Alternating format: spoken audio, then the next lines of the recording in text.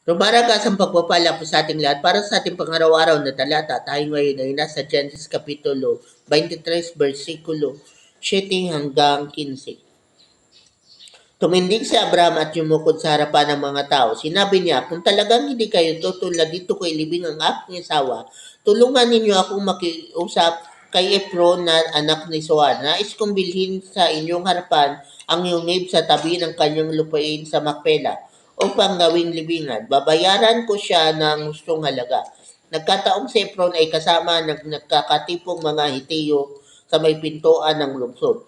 Kaya sinabi niya kay Abraham na naririnig ng lahat, hindi lamang ang yungib, kundi ang lupang kinalalagyan nito ay ibibigay ko na rin sa inyo upang paglimigan sa inyong asawa. Saksi ko ang lahat ng naririto. Yumukod ulit si Abraham sa harapan ng mga naroroon at sinabi niya kay Efron na narinig lahat. Babalik ko hindi magkano at bayaran ko. At sumagot si Efron kay Abraham, 400 pilak ang halaga ng lupa. Ating usaman, basta't limigan na lo. So dito, nakiusap po si Abraham na kung maaari ay mabili niya yung kuweba ng Makpela na pwedeng paglibingan ni Sarah at ganun nga po ang nangyari.